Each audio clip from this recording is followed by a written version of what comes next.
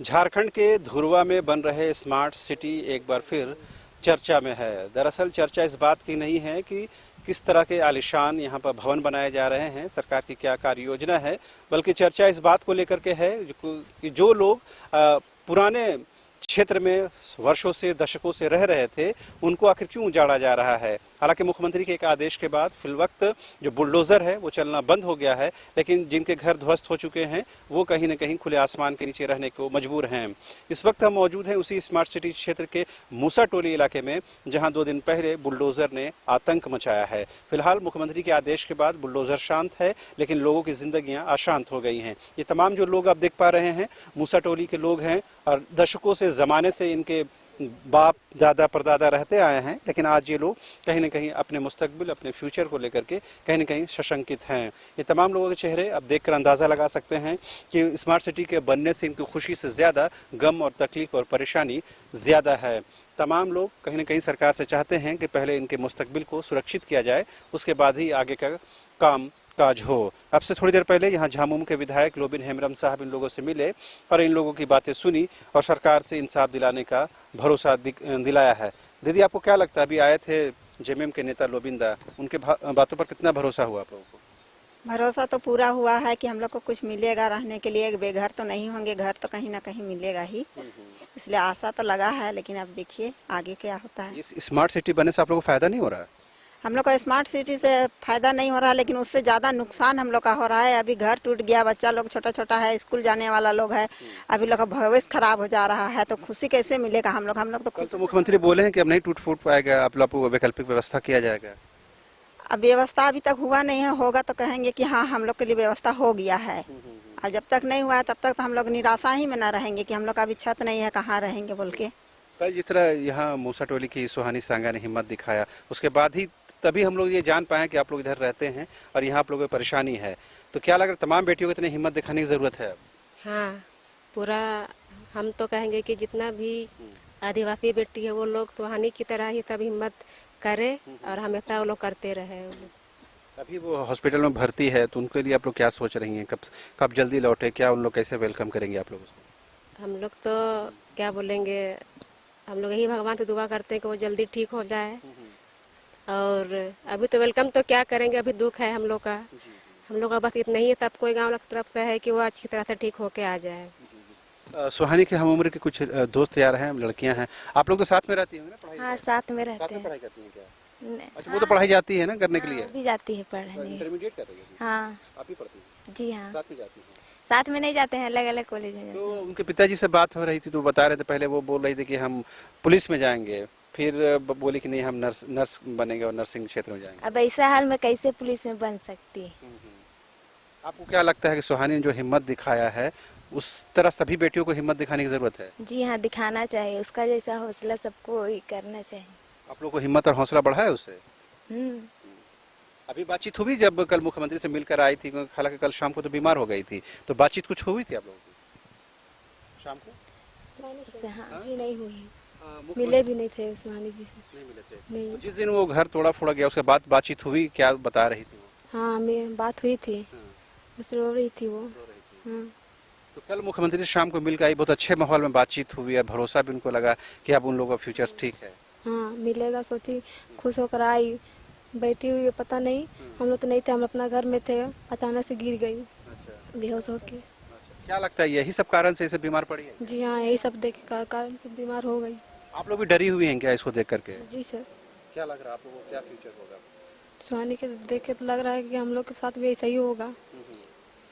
तो ये क्या आप लोग, जब लोग यहाँ जमाने से आप लोग रह रही हैं, तो आप लोगों के लिए क्या होना चाहिए? यहीं पर बसाने की जरूरत है या कोई और जगह ले जाकर अच्छे से बसाने की जरूरत है? नहीं, हम लोग के तो यही जगह चाहिए हम लोग के साथ, क्योंकि हम लोग साथ में रहते हैं, परिवार की तरह। जी सर। हालांकि मुख्यमंत्री बोले हैं कि सब लोगों को सुरक्षित रखा जाएगा, तोड़ फोड़ नहीं होगा, तो भरोसा है ना?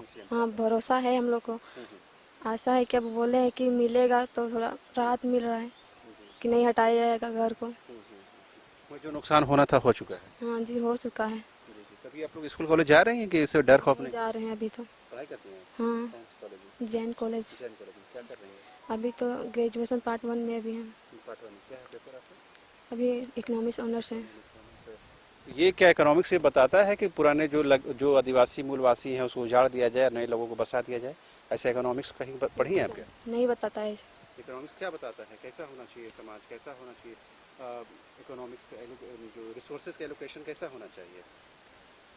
अभी तो हम 2 दिन से क्लास नहीं गए हैं क्योंकि जैन कॉलेज में ज़्यादा पढ़ाई नहीं होता है। तो आप लोग क्या पढ़ लिख के क्या बनना चाहती हैं? जी हम तो नर्सिंग बनना चाहते हैं, मेरा ही ख्वाहिश है। जी जी जी। मगर अभी आप लोग डिस्टर्ब हो गई ना इससे? जी ये पढ़ाई लिखाई में पूरा डिस्टर्ब हो गया क्योंकि डर के मारे हम कोई नहीं जा रहे अभी क्लास व्लास। अगर चल जाएंगे तो लगा रहेगा कि घर को धसा दिया जाएगा तो तो रात में आप लोग सो पा रहे हैं आराम से फरमा? नहीं सर, नहीं सो पा रहे हम लोग, डर से हैं? डर के मारे नहीं सो पा रहे हैं। अच्छा, पता नहीं कल। फोन कर रहे हैं क्या चल रहा है उधर? जी सर। पढ़ते होंगे जब हाँ अब तुम्हारे लोग के साथ घर टूट गया ऐसा ऐसा सब बोल रहे हैं फ़ोन करके। तो हम लोग बोल रहे हैं यहाँ टूट गया, तो बोल रहा है कि कहाँ जाएगी अभी, हम लोग पास तो जगह ज़मीन है ही नहीं है, जो है यही है। जो है यही है, यही एक शुरू से रहे हैं हम लोग।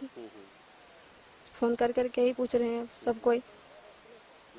आप लोग अभी सोचे, सपने में सोचे होंगे कि ऐसा हम लोग यहाँ जमाने से रहते हुए आए, एक बुलडोजर आएगा पूरा नेस्त नाबूद कर देगा? हम लोग नहीं सोचते थे कि यहाँ स्मार्ट सिटी बनेगा बोल के। ये स्मार्ट सिटी बनना सही है लगता है आपको नुक्ते नज़र से?